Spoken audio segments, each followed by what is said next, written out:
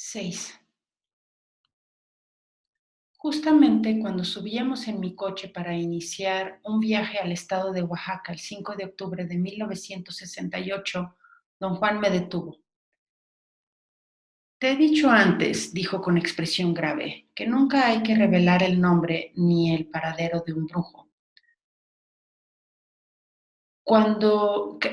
Creo que entendiste que nunca deberías revelar mi nombre ni el sitio donde está mi cuerpo. Ahora voy a pedirte que hagas lo mismo con un amigo mío, un amigo a quien llamarás Genaro. Vamos a ir a su casa. Pasaremos allí un tiempo. Aseguré a don Juan no haber traicionado jamás su confianza. Lo sé, dijo sin alterar su seriedad, pero me preocupa que vayas a volverte descuidado. Protesté y don Juan dijo que su propósito era únicamente recordarme que cada vez que uno se descuidaba en asuntos de brujería, estaba jugando con una muerte inminente y sin sentido, la cual podría evitarse siendo precavido y alerta. Ya no tocaremos este asunto, dijo. Una vez que salgamos de mi casa, no mencionaremos a Genaro ni pensaremos en él. Quiero que desde ahora pongas en orden tus pensamientos. Cuando lo conozcas, debes ser claro y no tener dudas en tu mente. ¿A qué clase de dudas se refiere usted, don Juan? A cualquier clase de dudas. Cuando lo conozcas, debes ser claro como el cristal. Él te va a ver. Sus extrañas admoniciones me produjeron una gran aprensión. Mencioné que acaso no debía conocer en absoluto a su amigo. Pensé que solo debía llevar a don Juan cerca de donde aquel vivía y dejarlo allí. Lo que te dije fue solo una precaución, dijo él. Ya conociste a un brujo, Vicente, y casi te mató. Ten cuidado esta vez. Cuando llegamos a la parte central de México, nos tomó 2 días caminar desde donde dejé mi coche hasta la casa del amigo. Una chocita encaramada en la ladera de una montaña. El amigo de don Juan estaba en la puerta como si nos aguardara. Lo reconocí de inmediato. Ya había tenido contacto con él, aunque brevemente, cuando llevé mi libro a don Juan. Aquella vez no lo había mirado en realidad, sino muy por encima, y tuve la impresión de que era de la misma edad que don Juan. Sin embargo, al verlo en la puerta de su casa, advertí definitivamente que era más joven. No tendría muchos años más de los 60. Era más bajo y más esbelto que don Juan, muy moreno y magro. Tenía el cabello espeso, veteado de gris y un poco largo. Le cubría en parte las orejas y la frente. Su rostro era redondo y duro. Una nariz muy prominente lo hacía parecer un ave de presa con pequeños ojos oscuros. Primero habló don Juan. Don Juan asintió con la cabeza. Conversaron brevemente. No hablaban en español, así que no entendí lo que decían. Luego don Genaro se volvió hacia mí. Sea usted bienvenido a mi humilde choza, dijo en español y en tono de disculpa. Sus palabras eran una fórmula de cortesía que yo había oído antes en diversas áreas rurales de México, pero al decirlas rió con gozo, sin ninguna razón evidente, y supe que estaba ejerciendo su desatino controlado. No le importaba en lo más mínimo que su casa fuera una choza. Don Genaro me simpatizó mucho. Durante los 2 días siguientes fuimos a las montañas para recoger plantas. Don Juan, don Genaro y yo salíamos cada día al romper el alba. Los dos viejos se encaminaban juntos a una parte específica, pero no identificada de las montañas, y me dejaban solo en cierta zona del bosque. Yo tenía allí una sensación exquisita. No advertía el paso del tiempo, ni me daba aprensión al quedarme solo. La experiencia extraordinaria que tuve ambos días fue una inexplicable capacidad para concentrarme en la delicada tarea de hallar las plantas específicas que don Juan me había confiado recoger. Regresábamos a la casa al caer la tarde y los 2 días de mi cansancio me hizo dormirme en el acto. Pero el tercer día fue distinto. Los tres trabajamos juntos y don Juan pidió a Genaro enseñarme cómo seleccionar determinadas plantas. Regresamos alrededor del mediodía y los dos viejos estuvieron sentados frente a la casa horas enteras en completo silencio, como si se hallaran en estado de trance, pero no estaban dormidos. Caminé un par de veces alrededor de ellos. Don Juan seguía con los ojos mis movimientos y lo mismo hacía don Genaro. Hay que hablar con las plantas antes de cortarlas, dijo don Juan. Dejó caer al descuido sus palabras y repitió la frase 3 veces, como para captar mi atención. Nadie había dicho una sola palabra hasta que él habló. Para ver a las plantas hay que hablarles personalmente, dijo. Hay que llegar a conocerlas una por una. Entonces las plantas te dicen todo lo que quieras saber de ellas. Atardecía. Don Juan estaba sentado en una piedra plana, de cara a las montañas del oeste. Don Genaro, junto a él, ocupaba un petate y miraba hacia el norte. Don Juan me había dicho el primer día que estuvimos allí que esas eran las posiciones de ambos y que yo debía sentarme en el suelo en cualquier sitio frente a los dos. Añadió que mientras nos halláramos sentados en esas posiciones, yo tenía que mantener el rostro hacia el sureste y mirarlo solo en breves vistazos. Sí, así pasa con las plantas, ¿no? Dijo don Juan y se volvió a don Genaro, quien manifestó su acuerdo con un gesto afirmativo. Le dije que el motivo de que yo no hubiera seguido con sus instrucciones era que me sentía un poco estúpido hablando con las plantas. No acabas de entender que un brujo no está bromeando, dijo con severidad. Cuando un brujo hace el intento de ver, hace el intento de ganar poder. Don Genaro me observaba. Yo estaba tomando notas y eso parecía desconcentrarlo. Me sonrió, meneó la cabeza y dijo algo a don Juan. Don Juan alzó los hombros. Verme escribir debe haber sido bastante extraño para don Genaro. Don Juan, supongo, se hallaba acostumbrado a mis anotaciones y el hecho de que yo escribiera mientras él hablaba ya no le producía extrañeza. Podía continuar hablando sin parecer advertir mis actos. Don Genaro, en cambio, no dejaba de reír y tuve que abandonar mi escritura para no romper el tono de la conversación. Don Juan volvió a afirmar que los actos de un brujo no debían tomarse como chistes, pues un brujo jugaba con la muerte en cada vuelta del camino. Luego procedió a relatar a don Genaro la historia de cómo una noche, durante uno de nuestros viajes, yo había mirado las luces de la muerte siguiéndome. La anécdota resultó absolutamente graciosa. Don Genaro rodó por el suelo riendo. Don Juan me pidió disculpas y dijo que su amigo era dado a explosiones de risa. Miré a don Genaro, a quien creí todavía rodando en el suelo. Lo vi ejecutar un acto de lo más insólito. Estaba parado de cabeza, sin ayuda de brazos ni piernas, y tenía las piernas cruzadas como si se encontrara sentado. El espectáculo era tan insólito que me hizo saltar. Cuando tomé conciencia de que don Genaro estaba haciendo algo casi imposible desde el punto de vista de la mecánica corporal, él había vuelto a sentarse en la postura normal.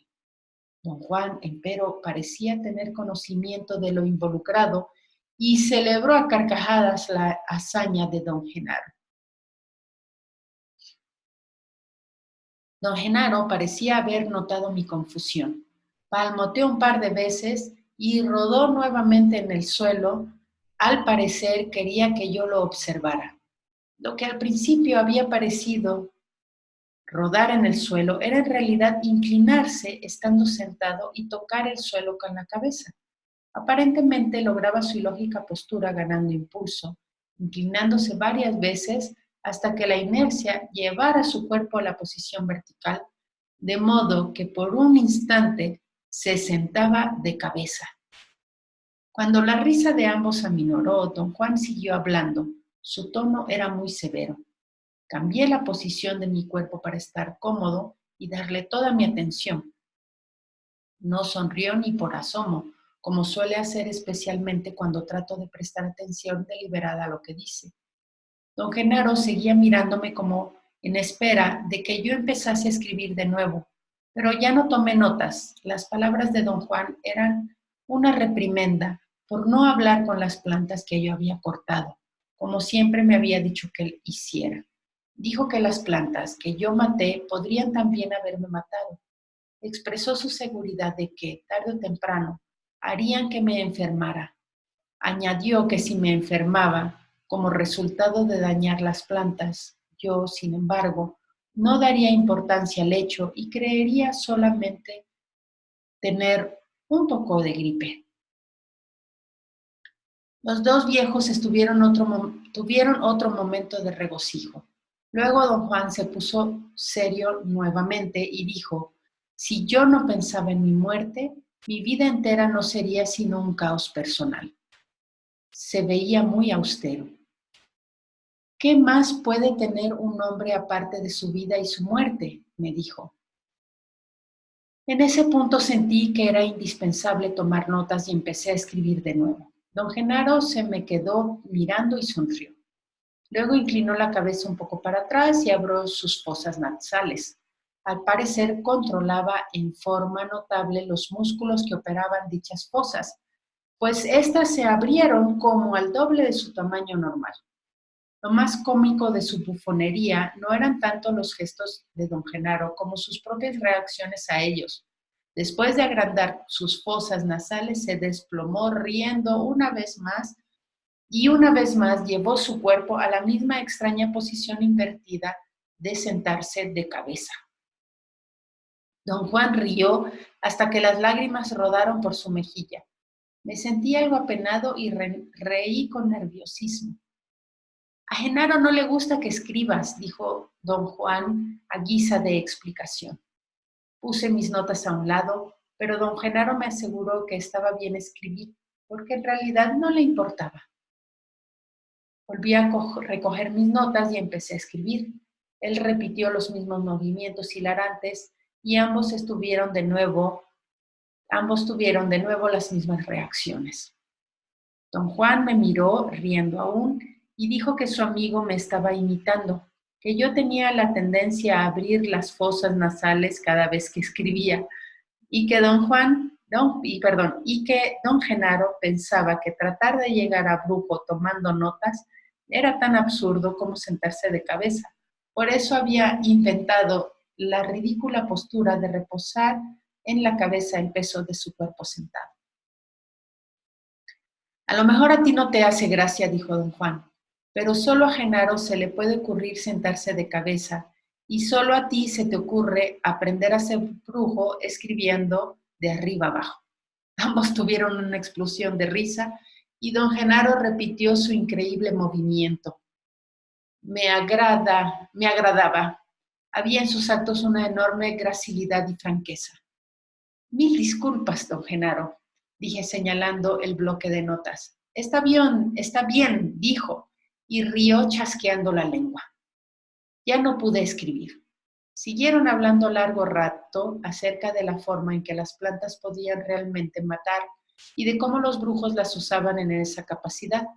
Ambos me miraban continuamente al hablar como si esperaban que escribiese.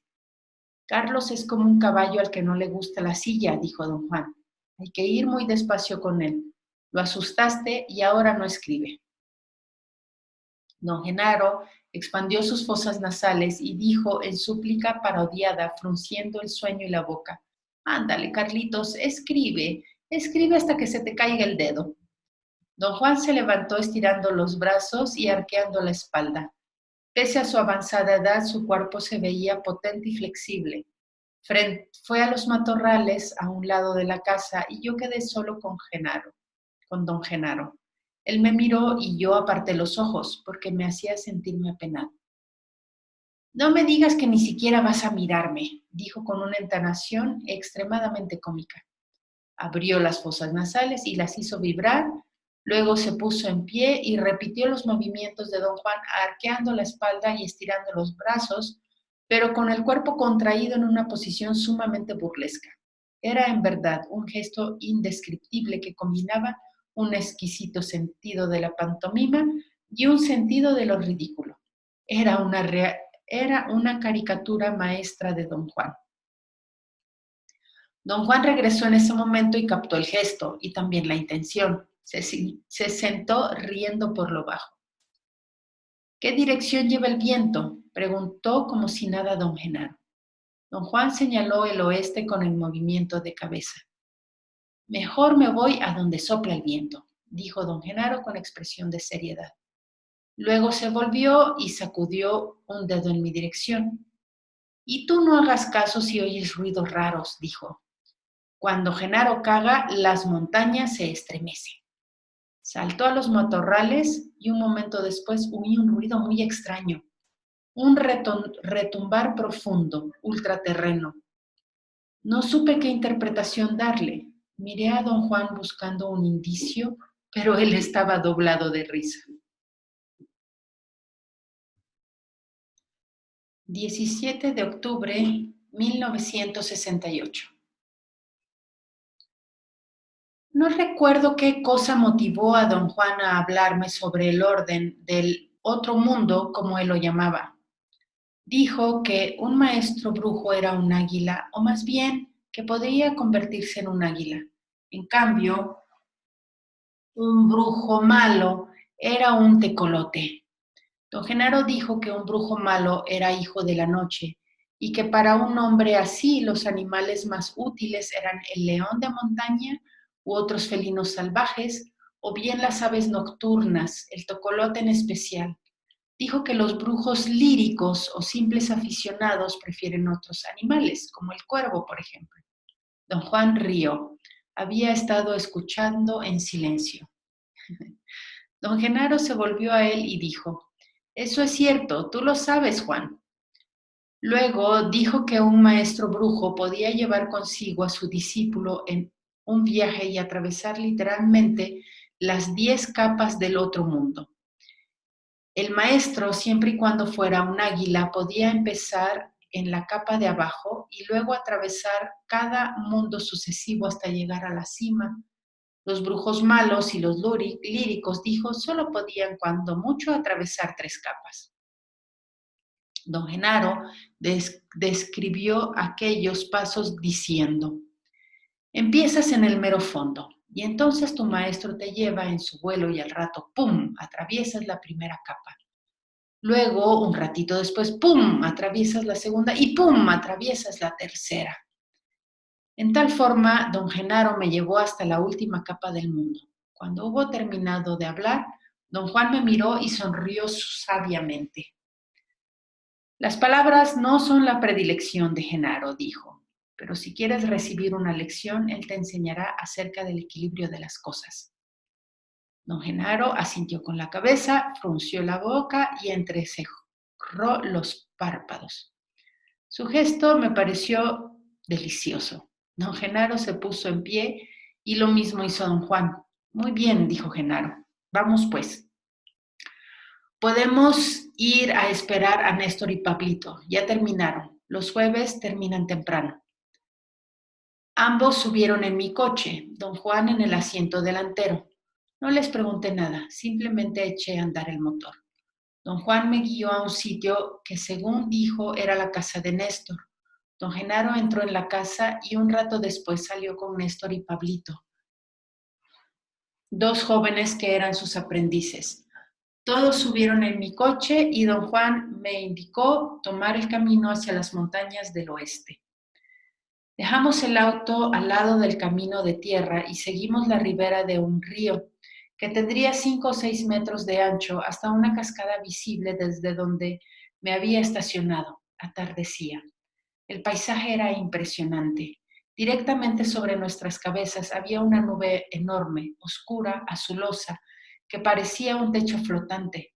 Tenía un borde bien definido y la forma de un gigantesco semicírculo. Hacia el oeste, en las altas montañas de la cordillera central, La lluvia parecía estar descendiendo como sobre las laderas. Se veía como una cortina blancuzca que caía sobre los picos verdes.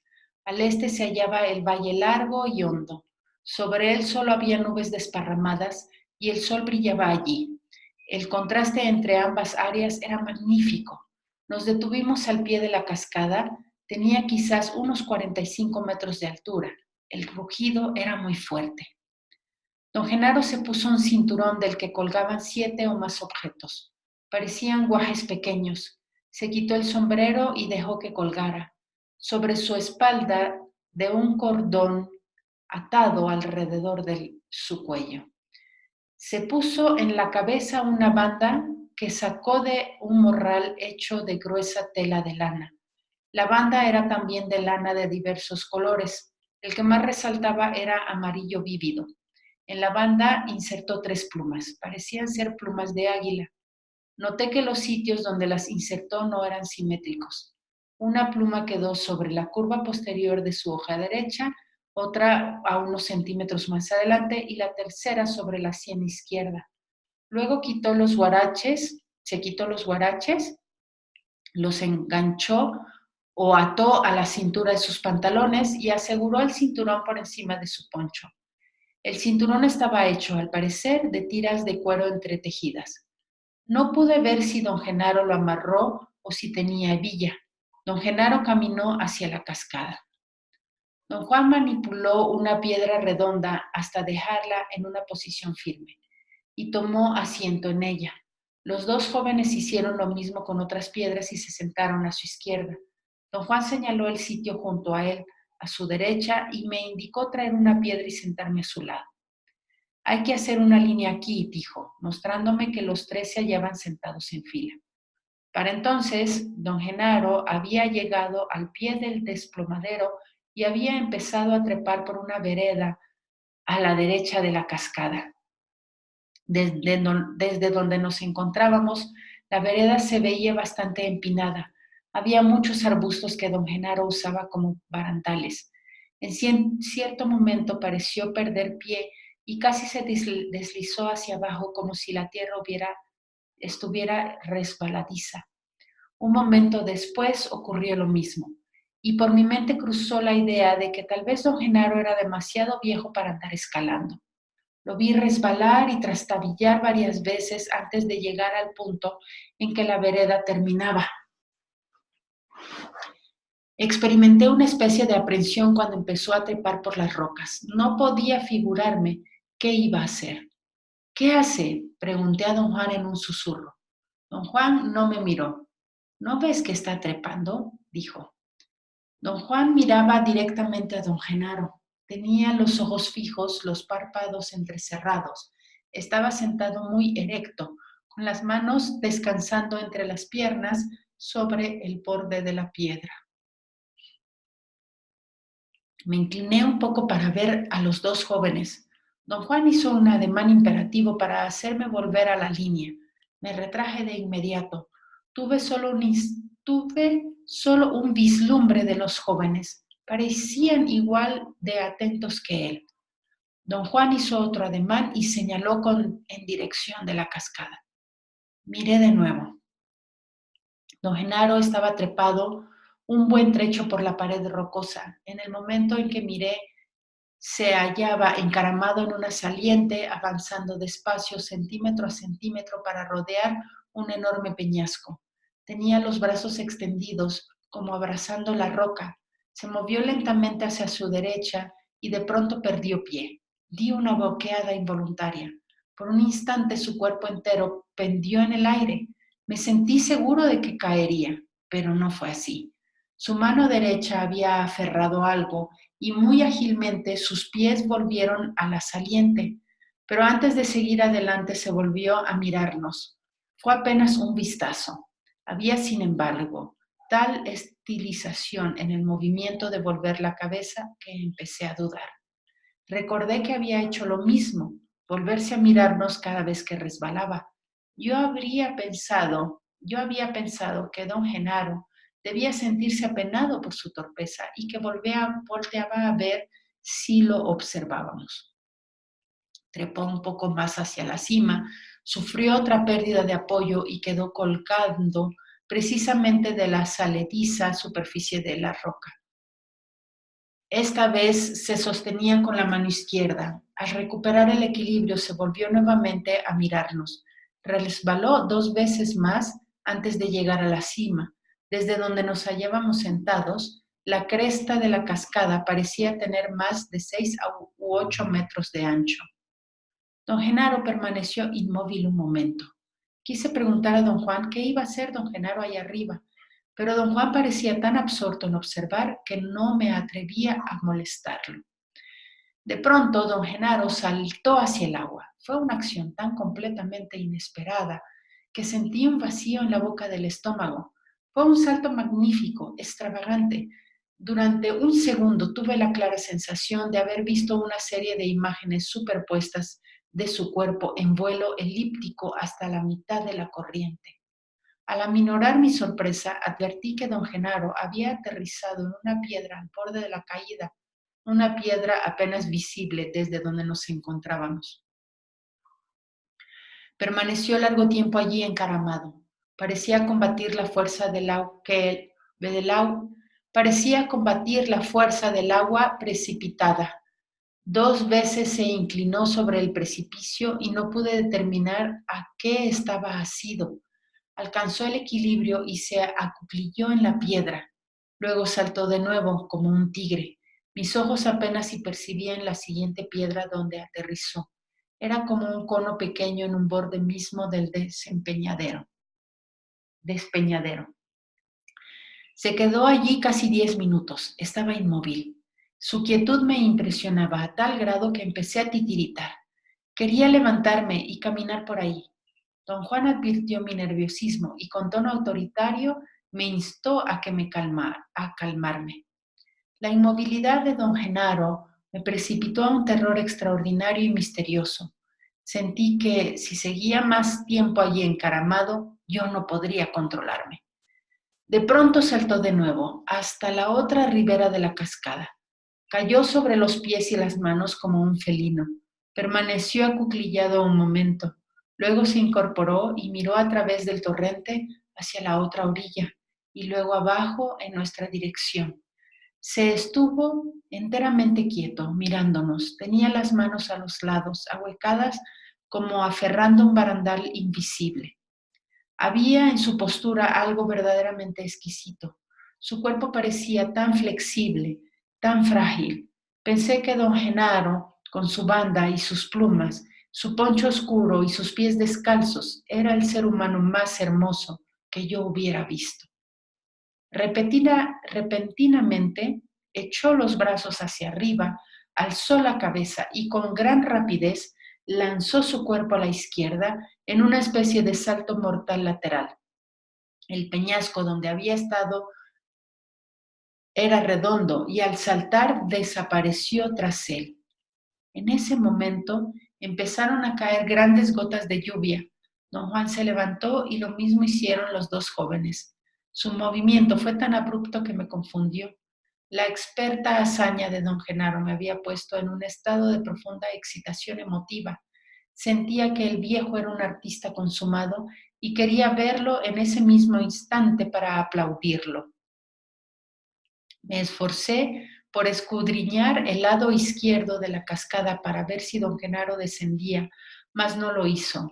Insistí en saber qué había pasado. Don Juan no respondió. Más vale que nos vayamos a prisa, dijo. Está fuerte el aguacero.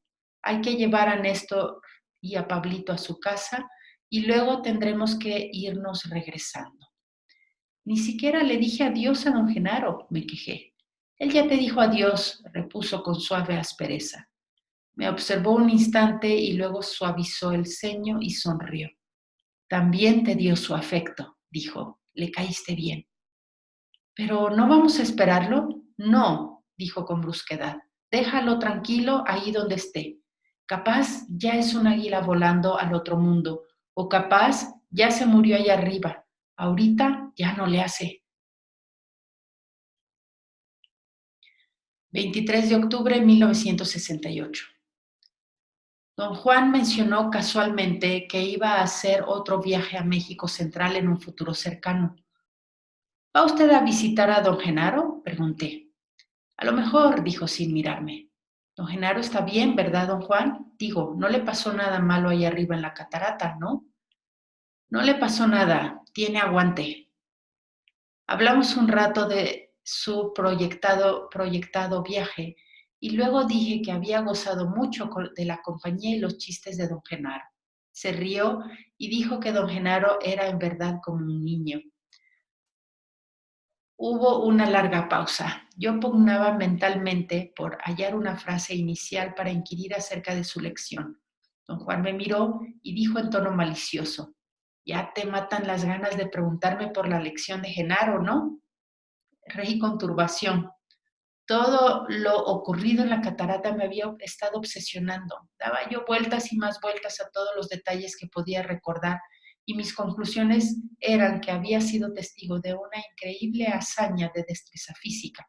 Pensaba que don Genaro era, sin lugar a dudas, un incomparable maestro del equilibrio. Cada uno de sus movimientos había sido ejecutado con un alto toque ritual y obviamente debía de tener algún inextricable sentido simbólico.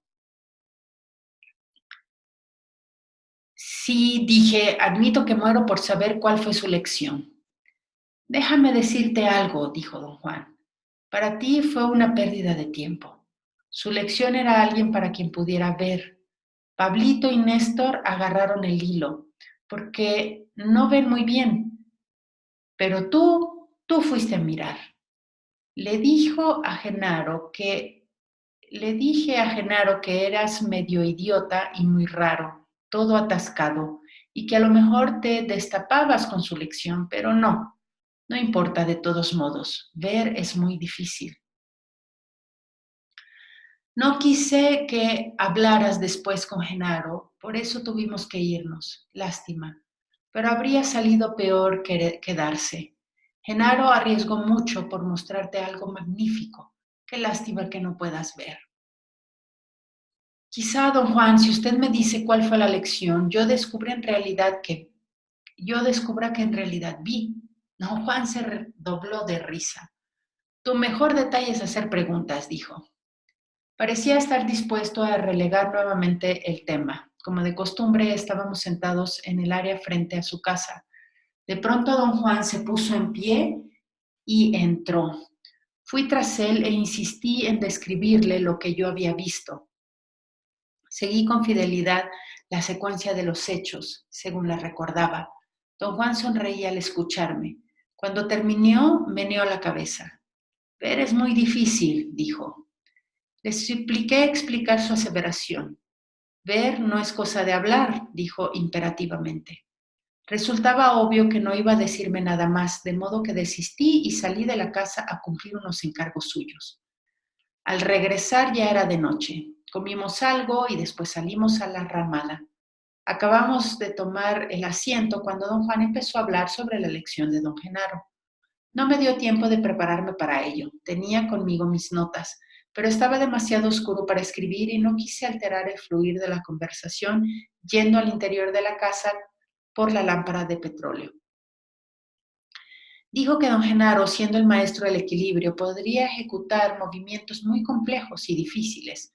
Sentarse de cabeza era uno de tales movimientos, y con él había intentado mostrarme que era imposible ver mientras uno tomaba notas. La acción de sentarse de cabeza sin ayuda de las manos era, en el mejor de todos los casos, una treta extravagante que duraba solo un momento. Según la opinión de don Genaro, escribir acerca de ver era lo mismo, es decir, una maniobra precaria tan curiosa y superflua como sentarse de cabeza. Don Juan me escudriñó en la oscuridad y dijo, en un tono muy dramático, que mientras Genaro traveseaba sentándose de cabeza, yo estuve al borde mismo de ver. Don Genaro, advirtiéndolo, repitió sus maniobras una y otra vez sin resultado, pues yo perdí el hilo inmediatamente. Don Juan dijo después que después don Genaro, movido Por la simpatía personal que me tenía, intentó en una forma muy dramática llevarme de nuevo a ese borde de ver. Tras una deliberación muy cuidadosa, decidió mostrarme una hazaña de equilibrio cruzando la cascada. Sintió que la cascada era como la orilla en que yo estaba parado y confió en que yo también podría realizar el cruce. A continuación, don Genaro explicó la hazaña de don Genaro. Dijo que ya me había indicado que los seres humanos eran, para quienes veían, seres luminosos compuestos por una especie de fibras de luz que giraban enfrente a la espalda y mantenían la apariencia de un huevo. Perdón. Dijo que ya me había indicado que los seres humanos eran, para quienes veían, seres luminosos compuestos por una especie de fibras de luz que giraban del frente a la espalda y mantenían la apariencia de un huevo. También me había dicho que la parte más asombrosa de las criaturas ovoides era un grupo de fibras largas que surgían del área alrededor del ombligo. Don Juan dijo que tales fibras tenían una importancia primordial en la vida del hombre. Esas fibras eran el secreto del equilibrio de don Genaro. Su elección no tenía nada que ver con los saltos acrobáticos en la cascada. Su hazaña de equilibrio consistía en la forma en que usaba esas fibras como tentáculos. Don Juan se apartó del tema tan repentinamente como lo había traído a cuento y empezó a hablar de algo sin ninguna relación. 24 de octubre de 1968. Arrinconé a don Juan y le dije que intuitivamente sentía que jamás recibiría otra lección de equilibrio y que él debía explicarme todos los detalles pertinentes, pues de otro modo nunca podría descubrirlos por mí mismo. Don Juan dijo que yo tenía razón con respecto a que don Genaro no volvería a darme otra lección. ¿Qué más quieres saber?, preguntó. ¿Qué son esas fibras como tentáculos, don Juan? Son los tentáculos que salen del cuerpo de un hombre y son visibles para cualquier brujo que ve. Los brujos actúan con la gente de acuerdo a la forma en que ven sus tentáculos. Las personas débiles tienen fibras cortadas, casi invisibles. Las personas fuertes las tienen largas y brillantes. Las de Genaro, por ejemplo, son tan brillantes que parecen gruesas. Por las fibras se conoce si una persona está sana o enferma, si es mezquina, bondadosa o traicionera. También se conoce por las fibras si una persona puede ver. Aquí hay un problema desconcertante. Cuando Genaro te vio, supo, igual que mi amigo Vicente, que podrías ver. Cuando yo te veo, veo que puedes ver, y sin embargo sé muy bien que no puedes. ¡Qué contrariedad! Genaro no podía creerlo. Le dije que eras un sujeto raro. Creo que quiso verlo por sí mismo y te llevó a la cascada. ¿Por qué piensa usted que doy la impresión de ver? Don Juan no respondió. Permaneció largo rato en silencio. No quise preguntarle nada más. Finalmente me habló y dijo que sabía por qué, pero no cómo explicarlo.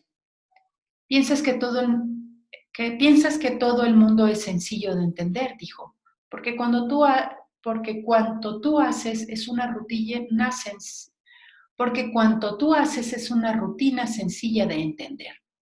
En la caída de agua, cuando miraste a Genaro cruzar el agua, creíste que era un maestro de los saltos mortales, porque solo eso pudiste pensar. Y eso es todo lo que siempre creerás que hizo. Pero Genaro nunca saltó al cruzar esa agua. Si hubiera saltado, habría muerto. Genaro se equilibró con sus magníficas fibras brillantes, las alargó lo suficiente para poder, digamos, rodar en ellas hasta el otro lado de la caída del agua. Demostró la manera correcta de alargar esos tentáculos y la manera de moverlos con precisión. Pablito vio casi todos los movimientos de Genaro. Néstor, en cambio, solo vio las maniobras más obvias. Se perdió los detalles más delicados. Pero tú no viste nada de nada. Quizás si me hubiera usted dicho por anticipado qué cosa observar. Me interrumpió y dijo que darme instrucciones solo habría estorbado a don Genaro. De haber yo sabido lo que iba a ocurrir, mis fibras agitadas habrían interferido con las de don Genaro. Si pudieras ver, dijo, Te habría sido evidente desde el primer paso que Genaro dio que no estaba resbalando al subir las peñas, estaba aflojando sus tentáculos. 2 veces los enredó en las piedras y se sostuvo como una mosca en la mera roca. Cuando llegó arriba y estuvo listo para cruzar el agua, los enfocó sobre una piedra chica en medio de la corriente y una vez que los tuvo afianzados dejó que las fibras lo jalaran. Genaro jamás saltó, por eso podía aterrizar en las piedras resbalosas con el mero borde del agua, en el mero borde del agua. Genaro todo el tiempo tenía las fibras bien enredadas en cada roca que usó. No se estuvo mucho tiempo en la primera piedra porque tenía el resto de sus fibras amarradas a otra, todavía más chica, en el sitio donde mayor era el empellón de agua. Sus tentáculos volvieron a jalarlo y aterrizó en ella. Esa fue la más notable de todas las cosas que hizo. La superficie era demasiado chica para que un hombre se sostuviera y el empellón de agua habría arrastrado su cuerpo al precipicio si él no hubiera tenido algunas de sus fibras enfocadas todavía en la primera roca. Genaro se mantuvo mucho rato en esa segunda posición porque tenía que sacar otra vez sus tentáculos y mandarlos hacia otro lado del despeñadero. Después de afianzarlos, tuvo que soltar las fibras enfocadas en la primera roca. Eso era muy arriesgado. Tal vez solamente Genaro es capaz de hacerlo. Casi perdió el control, o a lo mejor nada más se estaba burlando de nosotros. Nunca lo sabremos con certeza.